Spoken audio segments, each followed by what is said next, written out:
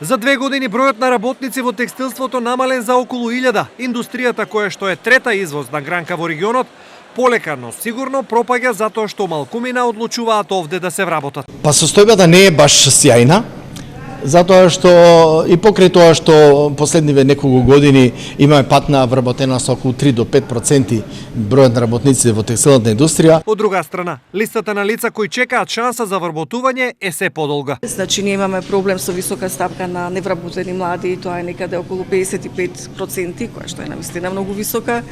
Се обидуваме навистина да видиме каде се вистинските проблеми за вработување на младите, за да тие не ја напуштат нашата држава и исто така и да се вратат назад. Недостигот на работници, но и покачувањето на платите ја прави нашата текстилна индустрија неконкурентна, па странските партнери се повеќе се вртат кон други дестинации. Запознат сум од многу колеги дека нема доволно работа, што може да значи дека странските партнери полека бараат нови пазари, тоест нови комитенти кај што ќе работат, тоа е се земјите од далечниот исток.